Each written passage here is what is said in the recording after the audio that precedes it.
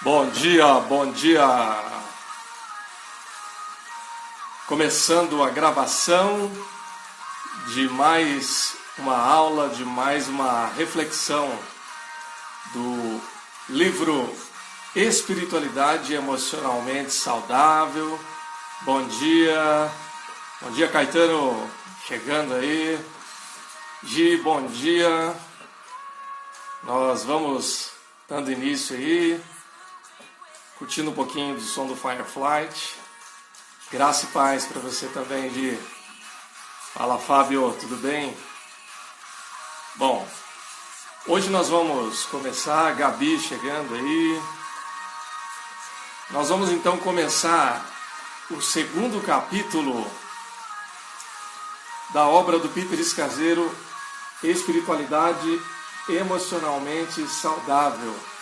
Nós iniciamos a série já há algumas semanas e agora essa é a segunda semana que a gente faz essa live para a gravação dessa aula. Vou baixando aqui o nosso som para a gente já ir diretamente à lição ou ao estudo, reflexão, como você quiser. Esse texto e essa reflexão, essa live, ela vai ser, obviamente, aqui passada em tempo real para vocês que acompanham no Instagram. Ela vai ficar disponível aqui no perfil do Instagram também por 24 horas, até que o Instagram retire. Olha meu primo Gustavo chegando aí, lá de Prudente. Grande Gu. E depois ela fica também, a partir de amanhã, às 9h30 da manhã, ela vai ser disponibilizada no Facebook da Igreja Presbiteriana Independente de Vila Moinho Velho, onde aí, então, fica disponível por tempo indeterminado, tanto para você que está assistindo a gente ao vivo, como para quem, porventura, vai depois aí assistir, estudar ou compartilhar com outras pessoas também. Bom dia. Também o esboço, o resumo dessa aula, ele vai ser disponibilizado depois lá no Instagram também, juntamente com no Facebook, juntamente com o vídeo. E você pode baixar, portanto, o esboço, o resumo dessa aula que nós vamos compartilhar agora nessa manhã. Ok? Bom, eu quero primeiramente agradecer a vocês que estão chegando aqui nessa manhã, que retiraram ou separaram esse tempo aí no sábado de manhã para acompanhar ao vivo. Eu sei que muitos membros da igreja vão deixar para assistir depois lá no Facebook, porque aí pode escolher o horário mais adequado para si, para poder acompanhar. A gente, num sábado, esse negócio de sábado está meio esquisito agora, né? Porque a grande maioria de nós aqui estamos ficando em casa nesses dias, então fica meio que sábado não faz muita diferença, né? Eu não sei como é que você está mantendo a sua rotina de horário, de acordar num determinado horário ou não, mas enfim. O Caetano está perguntando se o capítulo 1 está no Facebook. Está, Caetano. Você pode procurar depois lá na página do Facebook da Igreja Presbiteriana Independente de Vila Moinho Velho. Tá ok? Se depois você tiver dificuldade, você manda um direct para mim que eu te mando a mensagem, tá? Mas está lá gravado sim. Tem outros materiais, outros vídeos gravados lá também. Faça uma visita lá que você vai gostar. Tá bom? É isso aí, Gi. Agora, todo dia é sábado, né? Uns sábados meio esquisitos, convenhamos, né? Mas, enfim. A Guga Gresenberg entrou também. Guga, um abraço para você. O Renato Shizido, lá do Japão, meu amigo Renato, chegando aí também. Bom, gente, o que é que nós vamos tratar hoje, então? Na semana passada, nós falamos sobre o primeiro capítulo, já mostrei o livro aqui, a obra que você está vendo com a capa ao contrário. Então nós falamos, estamos ainda na parte em que nós estamos tratando do problema da espiritualidade emocionalmente doentia. O que acontece? Só para retomar um pouquinho o que nós conversamos anteriormente, nós falamos e trouxemos a reflexão de que é muito complicado a gente manter uma espiritualidade, um bom relacionamento com Deus, que seja saudável, sem que as nossas emoções sem que a nossa reflexão interior, sem que o nosso eu interior, se você quiser, ele não esteja bem resolvido. Se tiver mal resolvido, a espiritualidade, por consequência também, acaba sendo prejudicada. Quando eu falo espiritualidade aqui, eu estou falando do nosso relacionamento com Deus e a forma como a gente exterioriza esse relacionamento, ok? Então, na semana passada, nós tratamos do capítulo 1. Então, se você tem o livro, você pode ir lendo. Muito do que eu falei, muito do que eu vou falar aqui hoje, se você leu, você vai entender, você vai perceber. Tá aí meu amigo Kazu, lá do Japão, também entrando aí. Deus te abençoe, Kazu. Então, nós vimos que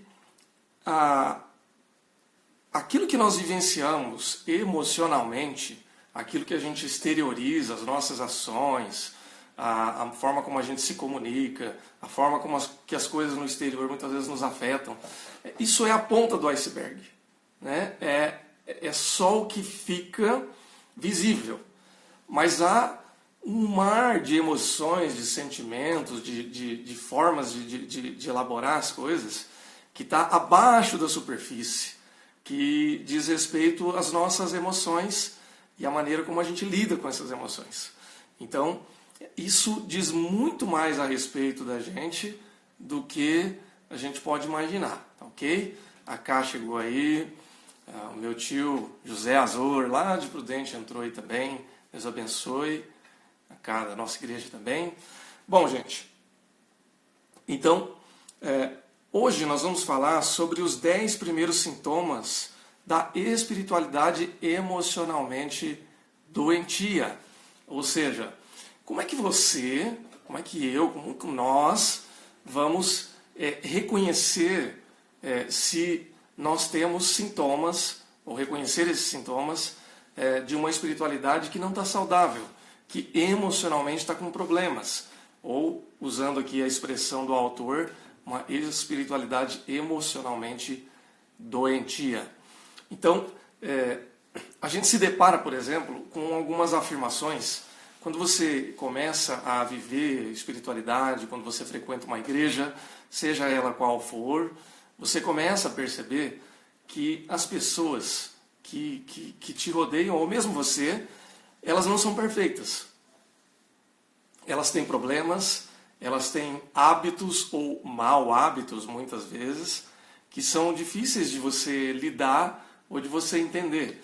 Então, o autor, por exemplo, ele põe alguns exemplos, né? Então, por exemplo, ele fala de uma moça chamada Ângela, que já fazia 5 anos que ela estava afastada da igreja. E aí ele pergunta, né, por que você está tanto tempo longe assim? E ela diz assim, olha, por que os cristãos são seres humanos tão detestáveis? É pesado isso, né? Mas pode ser o sentimento de muitas pessoas. Por quê? Porque às vezes a pessoa vai num contexto religioso, numa igreja, esperando encontrar ali pessoas perfeitas. Pessoas que não erram, pessoas que são sempre adoráveis, agradáveis, simpáticas, pessoas que têm sempre a melhor postura. E você vai encontrar muita gente boa, realmente. Mas você vai encontrar gente também que é difícil de lidar. E essa pessoa, às vezes, ela é difícil de lidar porque ela realmente é muito chata, mal resolvida, inconveniente.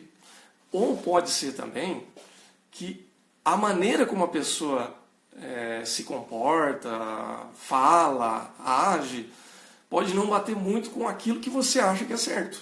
Às vezes o problema nem é a pessoa, o problema é estar com a gente.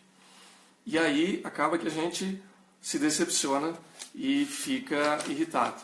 Então, quando a gente fala de refletir sobre o que se passa dentro de nós, das nossas emoções, etc., muitas vezes a gente não percebe porque a gente está preocupado com uma série de outras coisas. Preocupado com o que o outro vai pensar, preocupado com o ritmo do nosso trabalho, preocupado com a nossa rotina, e a gente não para fazer uma reflexão. E aí, quando a gente não faz essa reflexão, paulatinamente a gente começa a perceber que alguma coisa não está muito legal.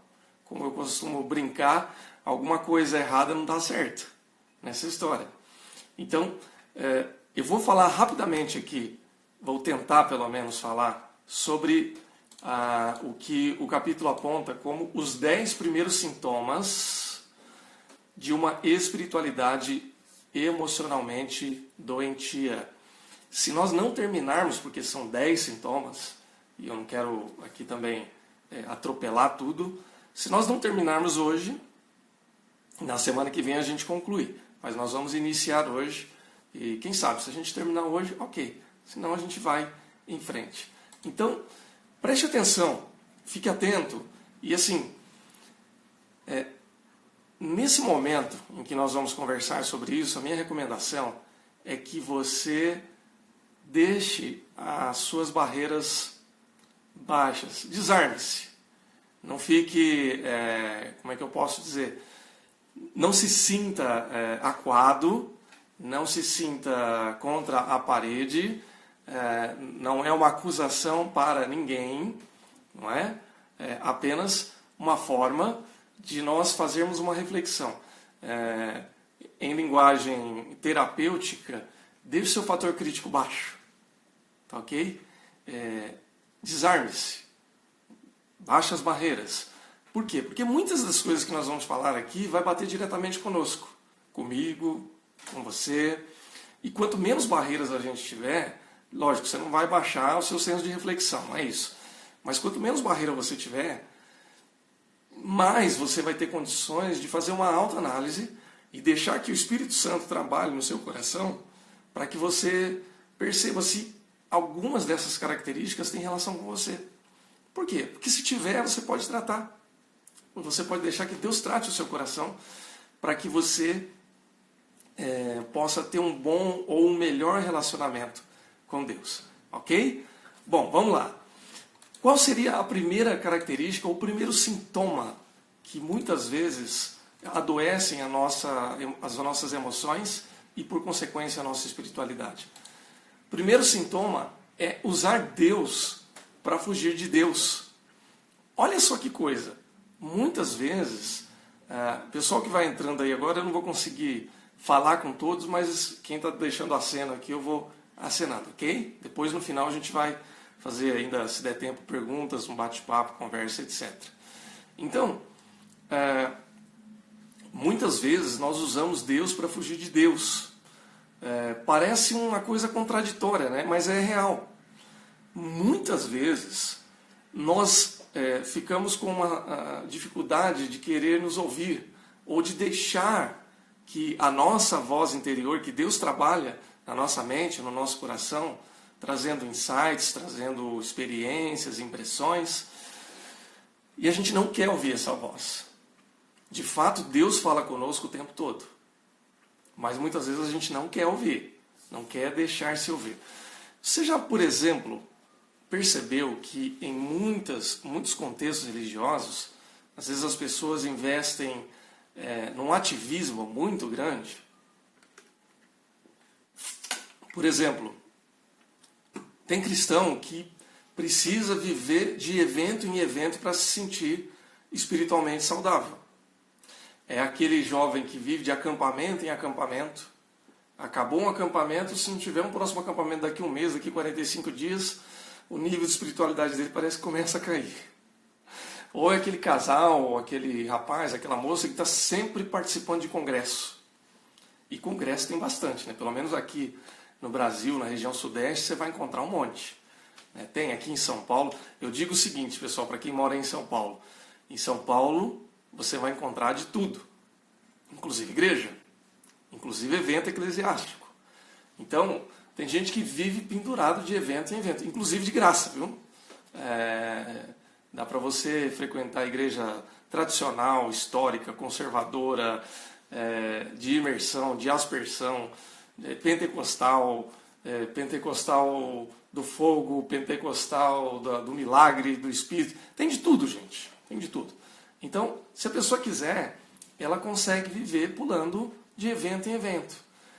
Isso não deixa de ser uma forma de ativismo. Isso é um exemplo só que eu estou dando, tá ok? Isso faz com que muitas vezes a gente utilize esse ativismo todo para fugir ou para escapar do sofrimento emocional. Pode ser, por exemplo, aquela pessoa que não vive de congresso, mas ela vive num ativismo na igreja. Então, ela está sempre ocupada com alguma atividade eclesiástica, sempre trabalhando muito. Eu não estou dizendo que Deus não se agrada do seu ministério, do seu trabalho, e nem que a igreja não precise da sua mão de obra espiritual. Eu estou dizendo que muitas vezes a gente utiliza isso para fugir de um tratamento de Deus. Eu, como pastor, muitas vezes tive que reorientar alguns ministérios e algumas atividades na igreja, e mesmo reorientar alguns irmãos, para que deixassem alguns ministérios, ou até tirassem um pouquinho o pé do acelerador. Para quê? Para que fossem ministrados. Para que pudessem ouvir a palavra de Deus. Para que pudessem ter um tempo para sentar, para refletir, para deixar ser tratado pelo poder de Deus, pela palavra de Deus, pelo Espírito Santo de Deus. Porque essa pessoa, por alguma razão, ou por excesso de demanda, ou por desejo de demanda, não estava sendo tratada por Deus. Isso é um problema. Então, como é que eu uso Deus para fugir de Deus? Por exemplo, quando eu uso ou faço a obra de Deus para satisfazer a mim e não a Deus. Às vezes eu gosto tanto de fazer aquilo para Deus que, na verdade, eu estou fazendo para mim, né? Se tirar. Então, assim, vamos fazer uma pergunta para reflexão. Se você exerce um ministério hoje, ou você realiza uma atividade para Deus, se da noite para o dia você não puder mais reservar essa atividade e agora a opção para você for só realizar uma outra atividade que você nunca realizou, como é que você vai se sentir a respeito disso? Por exemplo, eu gosto muito de dar aula, uma vocação que eu tenho. E de repente alguém dissesse para mim assim, olha, você não vai mais dar aula na igreja agora.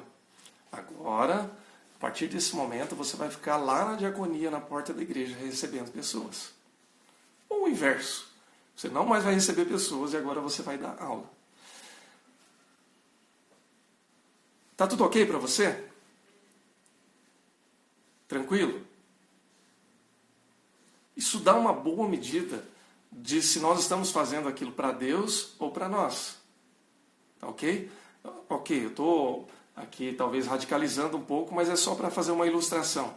Muitas vezes nós fazemos algo que satisfaz a nós. Eu vejo muito isso, não se ofenda se você é músico, mas eu vou falar. Eu vejo isso muito, por exemplo, em ministério de música, em igreja. Não fica ofendido, tá? Se você é músico. Eu também sou, embora eu não exerça muito isso ultimamente, já há algum tempo, na verdade, na igreja. Por quê? Porque tem músico mais competente na igreja do que eu para fazer isso. Mas muitas vezes eu precisei ir lá pegar meu violão, cantar e seguir em frente. Mas às vezes a pessoa está ali só por isso. E não só músico, tá? Estou só usando como exemplo. Eu já tive professores na minha igreja, nas igrejas que eu pastoreei, que só iam no dia que eles iam dar aula. Não ia dar aula naquele dia, não ia na igreja. Não ia tocar, não ia na igreja. Não estava escalado para a diaconia naquele domingo, então não ia. Percebem? Então, muitas vezes, isso é uma fuga. Às vezes nós fazemos coisas em nome de Jesus, sendo que Ele nunca pediu para a gente fazer. Às vezes, eu me mostro como uma pessoa muito espiritual, mas apenas para que outras pessoas me enxerguem como alguém importante, como alguém de valor, né? Para que as pessoas não pensem algo errado de mim. Às vezes, eu exagero as minhas realizações para Deus para, de uma maneira sutil, competir com outras pessoas. Sabe aquela pessoa competitiva que diz assim, puxa, o fulano pregou 4 vezes no mês. Eu preguei 8. Puxa, a pessoa está fazendo jejum e oração. Bom, eu faço isso a semana inteira. Então, é uma forma de satisfazer o próprio ego, né? E não de realmente buscar uma espiritualidade. E tem um fato aqui que acontece, acho que com a maioria de nós, e que muitas vezes a gente não percebe. Às vezes a gente se esconde atrás de conversas sobre Deus, desviando o foco dos problemas, das rachaduras emocionais interiores que eu tenho e que Deus precisa tratar em mim. Eu vejo isso muito, por exemplo, no ambiente acadêmico. Se você é acadêmico, não fique ofendido comigo, tá bom? Quando eu falo acadêmico, eu estou falando no ambiente acadêmico teológico, tá ok? Mas não apenas, eu estou só usando um exemplo mais agudo. Eu sou teólogo de formação, sou também cientista da religião de formação em pós-graduação, mestrado. Ok? Grande coisa, né? O que eu quero dizer com isso? Às vezes, no conhecimento teológico, a gente fica tão academicista, começa a estudar doutrina, estuda grego, estuda hebraico, estuda línguas antigas, estuda história da igreja, aprende filosofia, enfim, a gente vai se tornando erudito. E nessa erudição, vocês não têm ideia, gente, do tamanho da elucubração teórica que a gente pode fazer a respeito de Deus. E aí a gente começa a fazer uma reflexão e acaba usando essa reflexão, essa erudição, esse conhecimento, para falar a respeito das coisas de Deus. E fala bonito, viu? Fala sofisticado, tem argumento, tem apologética, tem uma série de coisas. Mas isso não significa necessariamente que há tratamento de Deus em nós através disso. O que o Caetano está falando, a igreja às vezes parece uma universidade. Não é problema, sabe, ter uma reflexão teórica. Esse não é o problema. Eu gosto da reflexão teórica. Eu gosto eu gosto desse tipo de assunto. Eu valorizo isso, acho que isso é uma coisa saudável. No entanto, ela só é saudável se ela provocar uma reflexão que chegue até o nosso interior. Lembra do que eu falei aqui no começo da nossa conversa? Que eu falei para a gente sair da defensiva e ficar numa posição mais aberta? Por quê? Tudo que nós estamos falando aqui é em nível teórico, é em nível racional. Ok? Só que esse nível racional da nossa conversa aqui, ele só vai fazer sentido se ele entrar no nosso coração, se ele entrar na nossa mente e trabalhar as nossas emoções. Se ele entrar na nossa linguagem emocional. Então, aí é que está. Eu me deixo tratar ou não? Essa que é a grande questão. Então, perceba, se você e eu, né, todos nós, se em algum momento a gente não está deixando que o nosso ativismo, o nosso falar a respeito de Deus, se a gente não está usando Deus para fugir de Deus. Ok? Bom, vamos lá. Segundo sintoma que muitas vezes nós temos: ignorar as emoções negativas, entre aspas, vou dizer por que entre aspas, como raiva, tristeza, medo, mágoa, coisas dessa natureza. Muitas vezes é isso aí, a gente tem que estar de coração aberto, como a Gi está falando, a Patrícia, minha amiga aqui também, né, para a gente não ser hipócrita, é verdade. Né? A gente tem que ser honesto, tem que ser sincero. Quanto mais sincero a gente for conosco mesmo, melhor vai ser. Então, muitas vezes a gente acredita que sentimentos negativos, Guga fala que a diferença entre erudito e sábio. Isso aí dá uma conversa boa, né, Guga? De fato, né, existe uma diferença, embora às vezes se confunda erudição e sapiência ou sabedoria, mas são coisas distintas. Tem muita gente que tem pouca cultura formal e é muito sábia. Tem gente que tem uma erudição teórica absurda e tem pouca sabedoria. Não sabe como lidar com essas coisas. Ok? Então, muitas vezes a gente acha que sentimentos como raiva, tristeza, medo, são coisas que a gente deve evitar, que a gente não deve ter, que a gente não deve expressar, inclusive. Porque se a gente expressar isso, se a gente não demonstrar essas coisas, a gente começa a achar que tem alguma coisa errada com a nossa vida espiritual. Então, assim, se eu sou paciente, se eu sou uma pessoa amável, se eu sou uma pessoa fácil de lidar, poxa, como o Leonardo é espiritual, como o Leonardo é bem resolvido com Deus. Agora, se você me pega com raiva, irritado, chateado, magoado, triste, então aí a pessoa olha e fala assim: nossa, esse cara é intragável, ele é difícil, né? Esse cara precisa orar mais, precisa ler mais a Bíblia. Será que é isso mesmo? Não necessariamente.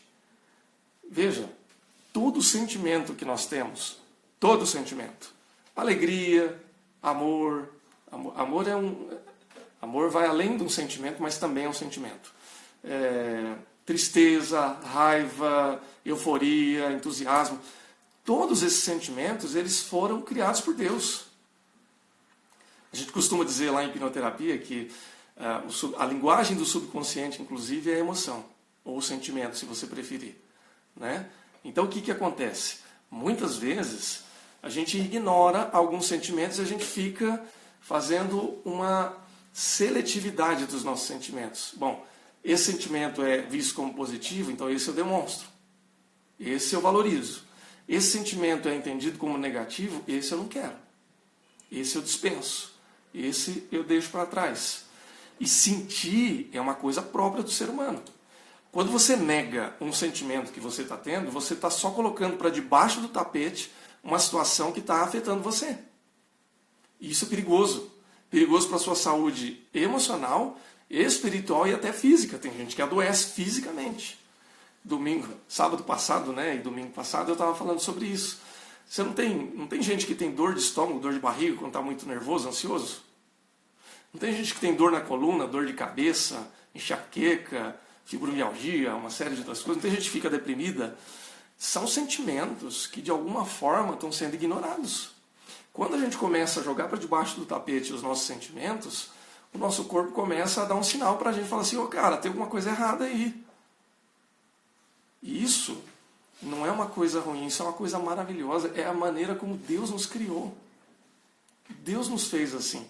Isso, na verdade, é uma forma maravilhosa, e o corpo humano não é à toa que a palavra de Deus diz que nós somos feitos à imagem e semelhança de Deus. Deus nos fez de uma maneira tão incrível que Ele nos dotou de todos os sistemas possíveis para que a gente possa viver uma vida equilibrada. Eu não estou falando vida perfeita, porque isso é utopia, vida perfeita é só na glória com Deus, mas a gente pode viver uma vida mais equilibrada. E aí a espiritualidade da gente, ela é realmente equilibrada através dessas coisas, da gente ser sincero. Veja, todo sentimento é normal, é parte da nossa imagem de Deus. Se você não sabe, eu vou te lembrar ou vou te informar, especialmente no Antigo Testamento, que Deus ele se irava, que Deus ficava triste, que Deus se alegrava. São expressões que a gente vê no Antigo Testamento. No Novo Testamento a gente vê Jesus celebrando, a gente vê Jesus participando de festa. Você consegue imaginar Jesus dando uma gargalhada gostosa? Jesus olhando, por exemplo, uma coisa, entre aspas, mal feita, que é típica de brasileiro, gosta de gambiarra, gosta de coisa mal feita. Eu gosto do esculacho. Eu morro de rir com coisa mal feita. Assim. Mal feita no bom sentido, tá, gente? Não no mau sentido. Você está entendendo, você é inteligente, você vai entender o que eu estou falando. Você consegue imaginar Jesus dando uma gargalhada solta de bobagem? Jesus era assim. Você consegue imaginar Jesus irado, quebrando as mesas dos vendilhões do templo? Jesus era assim também. Jesus era plenamente humano. E aí a gente fica ignorando esses sentimentos. A gente fica assim, coloca uma roupa formal, eu não posso dar risada, eu não posso me alegrar, eu não posso ser esculachado. Claro que eu posso. Da mesma forma, se eu estou com raiva, se eu estou com mágoa, se eu estou triste, se eu estou chateado, não é que eu tenho que ficar arrebentando com todo mundo, mas eu não posso ignorar esse sentimento. Eu preciso entender que se essas coisas estão me afetando, se eu estou por alguma razão chateado, triste, deprimido, angustiado, alguma coisa está acontecendo. Então é mais fácil eu pedir para que Deus me trate. Senhor, por que eu estou chateado com isso? Por que eu estou com raiva? Por que essa pessoa me traz os sentimentos mais primitivos? Né? Alguma coisa tem. E é melhor a gente deixar que Deus nos trate do que amanhã ou depois o nosso corpo dar um grito e falar assim, olha, eu não aguento mais. Você está jogando para debaixo do tapete toda essa raiva, eu vou explodir. E aí quando a gente tem raiva, quando a gente minimiza essas emoções, a gente acaba externalizando isso para o nosso relacionamento com Deus. Alguma coisa vai dar errado. Por quê? Porque a gente está recortando uma parte da nossa humanidade, aquela humanidade que Deus fez com que a gente fosse criado, fez com que a gente fosse feito à sua imagem e semelhança. Tem uma frase de Thomas Merton que ele diz assim, né, que muitas vezes as expectativas cristãs de hoje fazem com que nós simplesmente enfraqueçamos a nossa humanidade, em vez de libertá-la para desenvolver-se ricamente em todas as suas aptidões sob a influência da graça de Deus. Percebe? Deus quer, meu irmão, minha irmã, meu amigo, minha amiga, que você seja plenamente humano. E ser uma pessoa plenamente humana é ser uma pessoa que não nega suas emoções.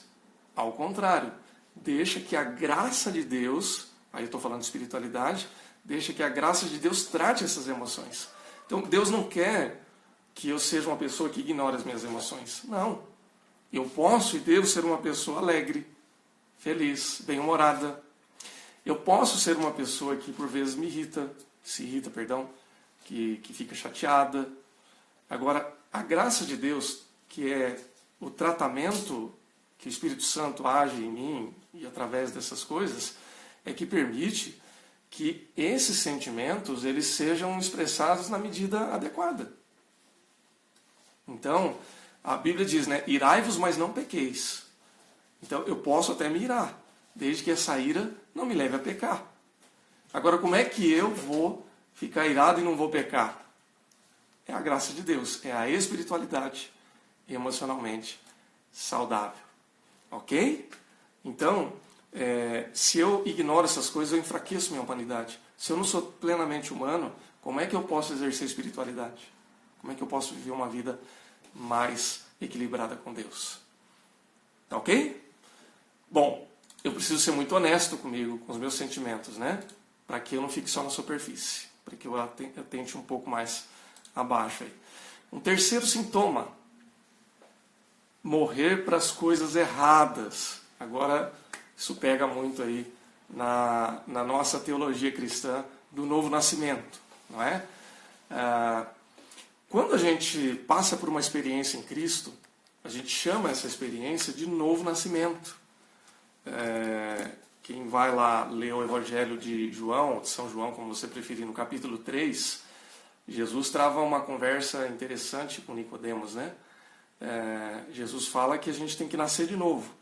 E não é voltar para a barriga da nossa mãe, para o ventre da nossa mãe, mas nascer da água e do Espírito. Metaforicamente, você pode entender isso de muitas formas, né? Você sabe que toda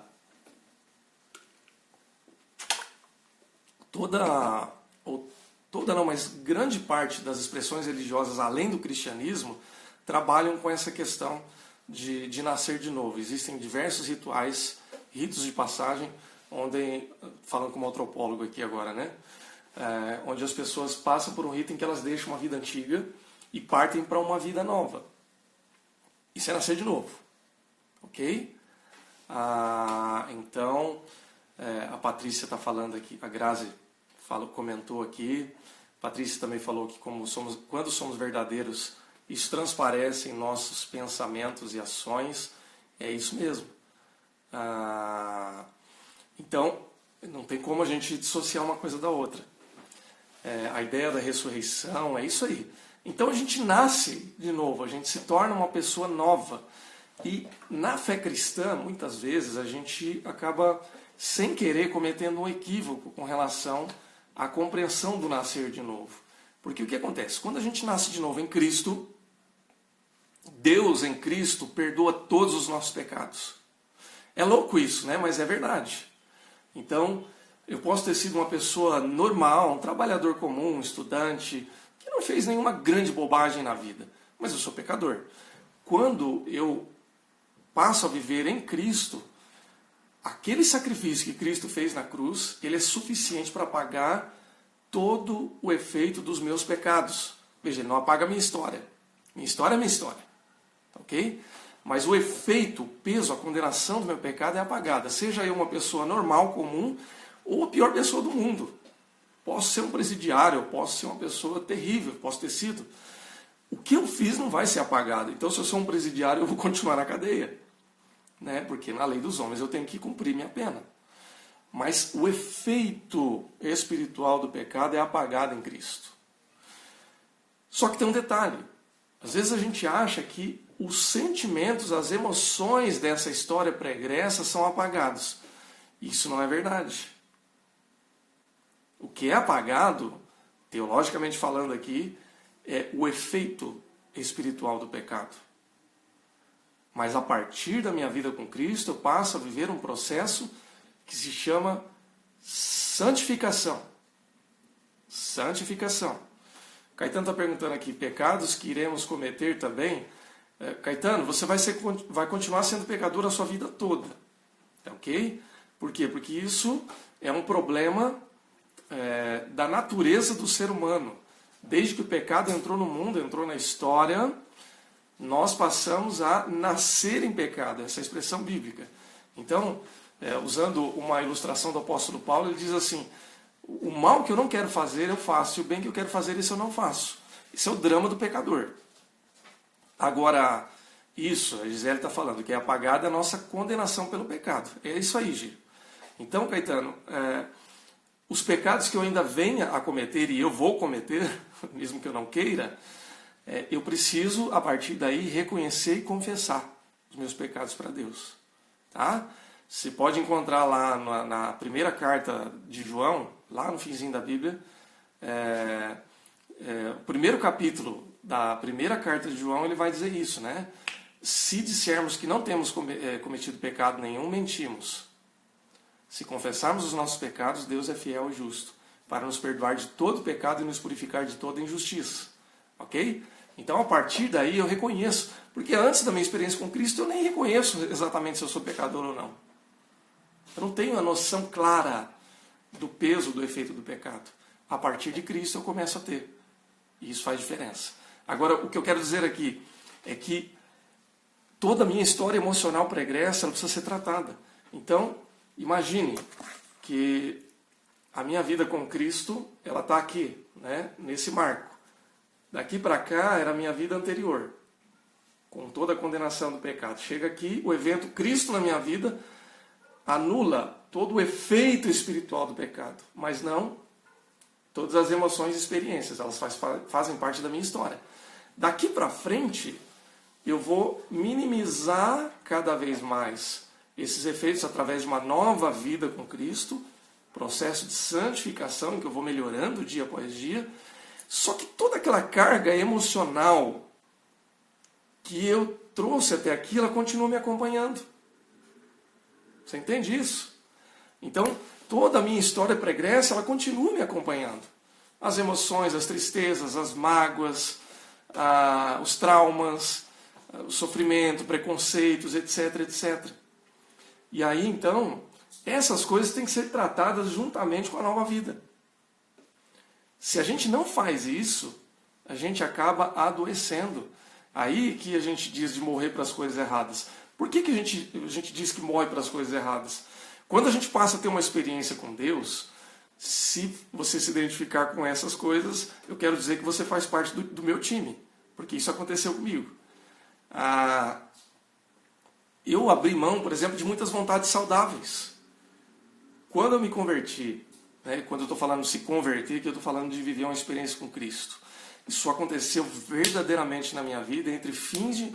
O processo de santificação, de transformação na minha vida começou lá no meio do ano de 1996. Eu ainda estava no final da adolescência, começo da juventude, e foi acontecer um evento marcante ali no início de 97. Tá? O que aconteceu ali naquele momento? Foi tão impactante na minha vida que eu queria acertar. Eu não queria mais fazer bobagem, eu queria acertar para Deus, eu queria agradar a Deus. E na minha imaturidade, até um pouco de falta de orientação, eu comecei a abrir mão de coisas que eram saudáveis. Por exemplo, eu comecei a me afastar de muitos amigos. Eu comecei a me bloquear para aquelas coisas que eram prazerosas. Então, por exemplo, eu já não assistia mais um bom filme, ou assistia um bom filme com culpa, não participava mais de um churrasco, não ia mais bater uma bola, que eram coisas que eram prazerosas para mim. Comecei a deixar de ouvir as músicas que eu gostava, E a intenção era boa. A intenção era procurar evitar o pecado para fazer tudo de acordo com a vontade de Deus. E levou muito tempo para que eu amadurecesse e entendesse que isso não era necessário. Que o necessário, na verdade, era ter uma vida honesta e sincera com Deus. E fazer aquilo que o apóstolo Paulo ensina, né? Que você pode ouvir e aprender de todas as coisas e reter só o que é bom. Aquilo que não te serve, você deixa para lá. Exatamente, Patrícia. A gente confunde isso, né? A gente acha que a gente precisa ser tão santo que a gente acaba se colocando num pedestal, né? De tal forma que assim, olha, eu sou muito elevado, né? Eu não posso viver uma vida normal, comum, né? E na verdade, Deus quer que a gente desfrute dessas coisas. Veja, gente, vocês já repararam que todas as coisas necessárias para a nossa vida, elas são prazerosas? A gente precisa comer para viver, não precisa? A gente precisa. Comer é prazeroso, não é? A não ser que seja uma comida terrível. Mas via de regra, comer é prazeroso. Uma boa comida, um bom arroz com feijão e bife, um churrasco, uma pizza, uma lasanha, um suco geladinho, um refrigerante gostoso. A gente não precisa tanto de refrigerante, mas que é gostoso, é. A gente, para se reproduzir, a gente tem que ter prazer sexual. Então, isso é prazeroso. Não é? Para você ter uma boa reflexão, veja, vocês já repararam que a liturgia na igreja ela é recheada de música, de oração, de reflexão. Música é uma coisa prazerosa. No início da live aqui eu estava escutando uma música cristã. E estava me deleitando com a música. Só que no meu ritmo, né? Eu gosto de rock. Era uma música gospel evangélica. Rock evangélico. É prazeroso. Então a beleza é prazerosa. Gente, vocês acham que Deus fez essa criação linda e maravilhosa? Né? O que diz lá no Gênesis? Deus olhou para a criação e viu que tudo era bom, que tudo era belo. Deus fez tudo maravilhoso para se deleitar, para ter prazer. Então as coisas prazerosas, as coisas boas que Deus criou, é para que a gente possa ter prazer, não é? E a gente às vezes morre para essas coisas. A gente deixa de ter prazer nas coisas boas da vida, não porque essas coisas são boas, mas porque a gente acha que a gente vai se perder nelas. Ora, meu querido, abra os olhos. E aí você precisa de muita maturidade emocional e espiritual. Você acha mesmo que Deus quer que você tenha uma vida ascética, sem graça, xoxa, sem prazer nenhum? Acho que essa não é a vontade de Deus. A questão é saber equilibrar os nossos desejos e os nossos prazeres.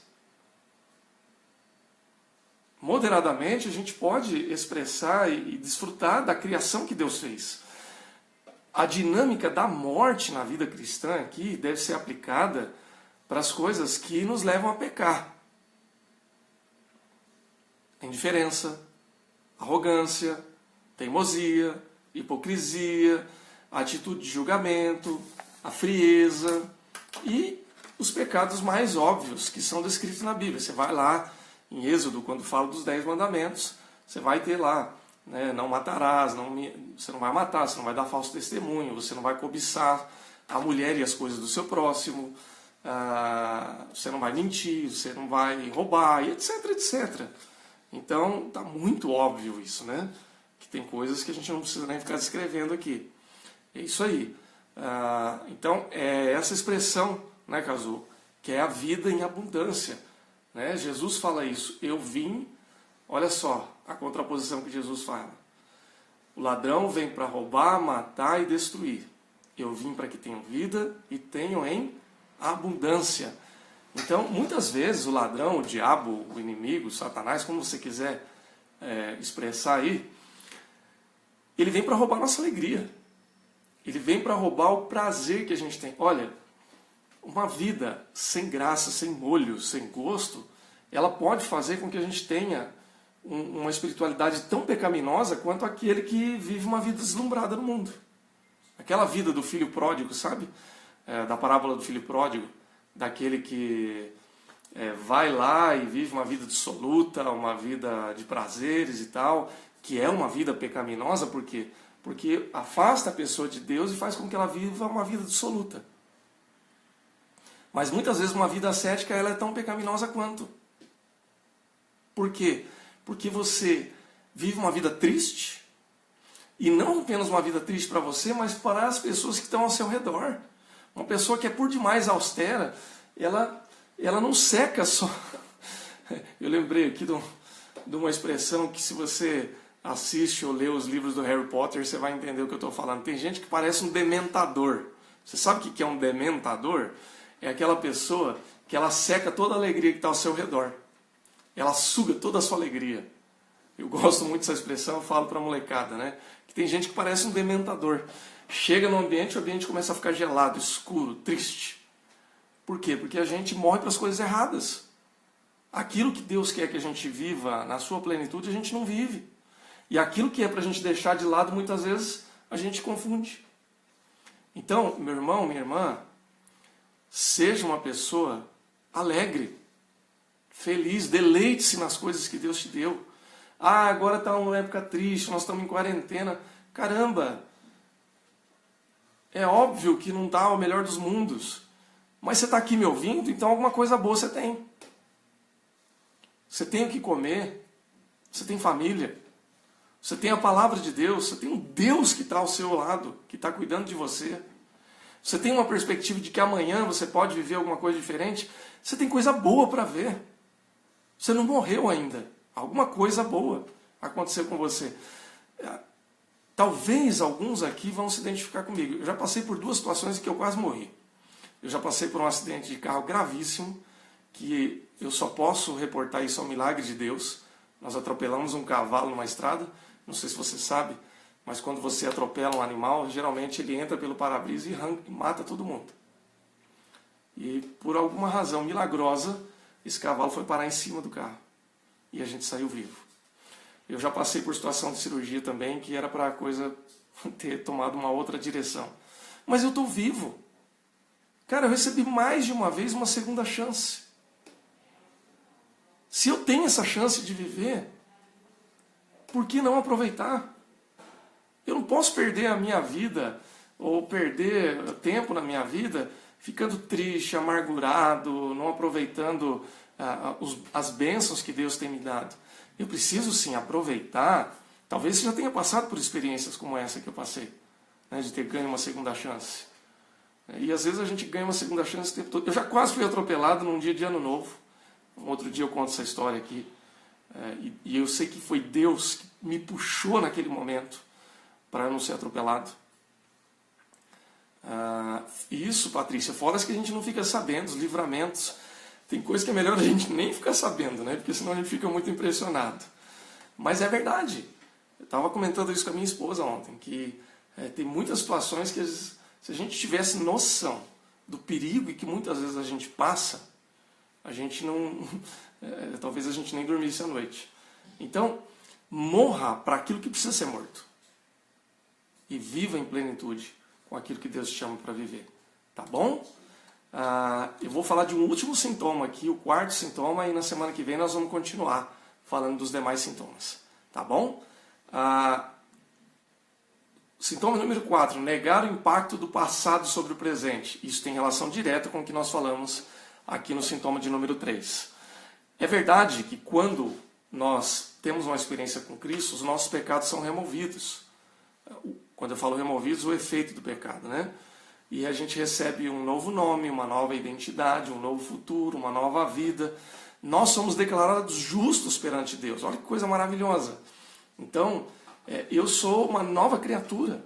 Eu sou uma nova pessoa em Cristo Jesus. Os meus hábitos mudam, os meus valores mudam, as minhas rotinas mudam, as minhas prioridades mudam. Acontece que isso não anula todas as minhas emoções.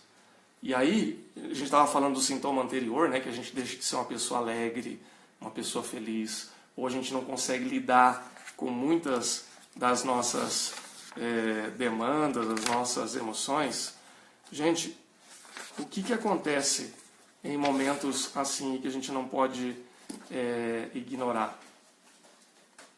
Olha só, muitos dos padrões e das emoções que a gente vivenciou no passado, a gente continua carregando como se fosse uma corrente pesada. O fato de eu ter sido justificado por Deus, de eu ter sido transformado por Deus na minha espiritualidade, não significa necessariamente que a nossa vida passada não continua nos influenciando. Eu quero que você pense um pouquinho, agora é só uma reflexão retórica, né? Não vou poder responder você aqui, mas como que é a sua família, por exemplo? Como é que era o relacionamento familiar seu pai, sua mãe? E aí, se você for casado ou casada, como é que era o padrão familiar do seu esposo, da sua esposa? Porque toda essa carga emocional, ela vem junto com você. E vem junto com o seu marido, com a sua esposa. E aí junta os dois e vira uma outra coisa, uma miscelânea. Né? E a gente traz junto.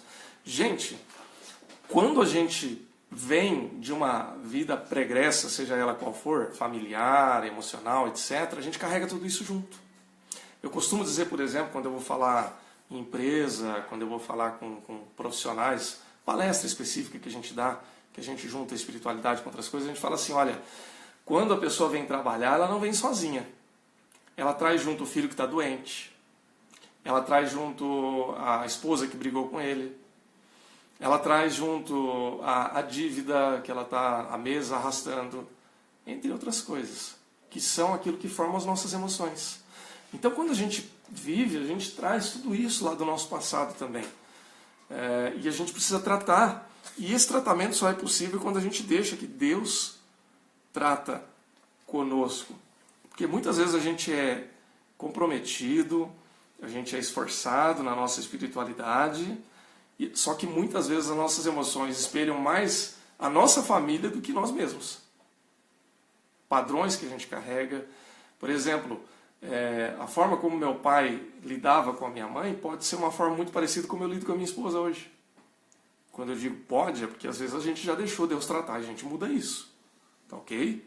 Não é uma coisa perpétua, não é uma coisa que vai durar para sempre. Quanto mais você deixa Deus tratar com você, mais esses padrões são transformados. E é por isso que nós estamos falando de espiritualidade emocionalmente saudável. Porque quando Deus trata as nossas emoções, a nossa espiritualidade muda também. Tá? Então, isso não é uma coisa, isso não é uma sentença para mim e para você. São sintomas que a gente precisa deixar que Deus trate. Então, quais são os nossos padrões? Né? Como é que eu lido com raiva? Como é que eu lido com a minha vergonha? Como é que eu lido com o meu prazer? Como é que eu lido com a minha sexualidade?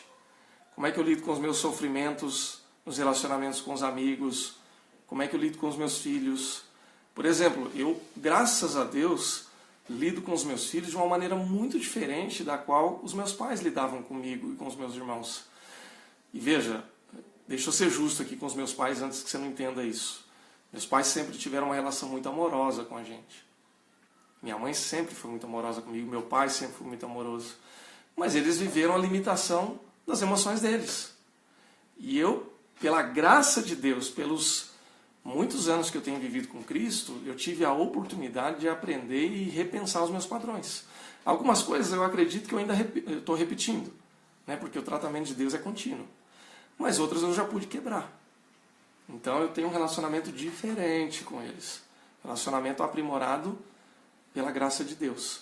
Isso tem que ser tratado no relacionamento com esposa e marido, com as amizades, com as profissões. Essa semana eu postei aqui no meu Instagram uma foto minha de quando eu trabalhava lá na Stanley. Você vai ver depois, se você tiver curiosidade, você olha no meu feed, você vai ver lá eu com máscara, óculos de proteção, protetor auricular, luva, cheio de EPI. Né? E foi um tempo muito legal da minha vida. Foi a empresa que me abençoou muito. Mas eu era muito jovem, falei isso lá na postagem. Muito impulsivo. Gente do céu. Graças a Deus que eu não sou aquele jovem que eu era hoje. Que eu era naquela época. Lá em 96, 97, 95. Porque eu era uma pessoa que emocionalmente era muito instável. E eu vejo essa mudança hoje porque Deus tratou com a minha vida. E Deus continua tratando. E eu preciso ser continuamente tratado pela graça de Deus. Amém? Então, fechando aqui com esse sintoma, a gente precisa retroceder, a gente precisa deixar que Deus nos trate. Ah, pastor Léo, como é que Deus vai me tratar então? Existem diversas formas. A primeira e mais efetiva é deixar que a graça de Deus, o Espírito Santo de Deus trabalhe o seu coração. Lendo a palavra de Deus, tendo um tempo para orar, não ignorando as suas emoções. Não joga para debaixo do tapete, tá? Se for necessário uma terapia, ok. Ah, qual terapia que é melhor? A que fizer mais sentido para você, tá? Desde que você associe isso com a sua espiritualidade, isso vai ser bom.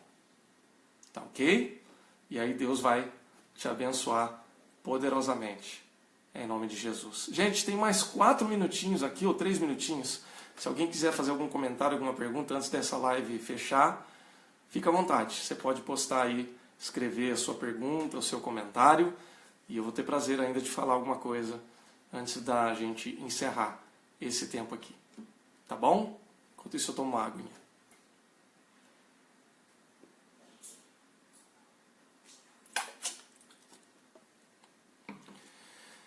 Enquanto alguém quiser comentar aí, na semana que vem a gente vai então terminar essa reflexão, nós vamos falar de outros 6 sintomas ainda, e a gente vai encerrar esse capítulo para que a gente passe então para a reflexão seguinte. Lembrando que o esboço dessa reflexão escrito vai estar lá disponível, vai estar disponível lá na página do Facebook da igreja, e essa live também vai estar lá disponível. O Caetano perguntou para mim, pediu para que eu repita os 4 sintomas. Primeiro sintoma, usar Deus para fugir de Deus, 4 pontos. Segundo, ignorar as emoções de raiva, tristeza e medo. Terceiro, morrer para as coisas erradas. E quarto, negar o impacto do passado sobre o presente. A Carol está comentando aqui, gostei muito da aula, me identifiquei em várias situações. Que legal, Carol.